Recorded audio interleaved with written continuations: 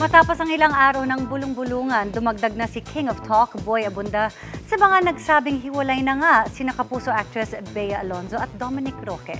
Ang detalye niyan, alamin sa chika ni Aubrey Carampel.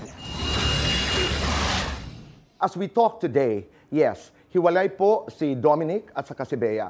Sa Fast Talk with Boy Abunda kanina, ibinahagi ng King of Talk ang mga nakuha raw niyang impormasyon mula sa isang source, kaugnay sa breakup ni Bea Alonzo at Dominic Roque. Sinusuyo ba si Bea? Are they still trying to talk? Siguro. As a matter of fact, from good sources, ay kagabi o nung isang gabi lamang ay nag-usap muli si Bea at saka si Dominic. They're trying to understand each other. Magkakabalikan ba ito? Tatagumpay ba sa panunuyo si Dominic or sila ni Bea? We don't know. 2021 pa nang i-reveal ni Bea na in a relationship na siya with Dom.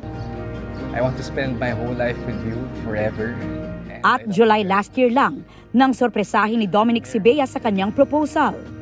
Pero ngayon, wala pang isang taon, sinasabing naghiwalay na ang dalawa. At ayon sa source ni Tito Boy, isinauli na raw ni Bea ang engagement ring kay Dominic. Bago nito, napansin na rin ng ilang netizens sa IG post ni Bea na hindi na niya isinusuot ang kanyang engagement ring. I think kung tama ang aking source, Bea ay isinuli na ang kanilang engagement ring. But are they hoping? Ako ang hula ko is yes.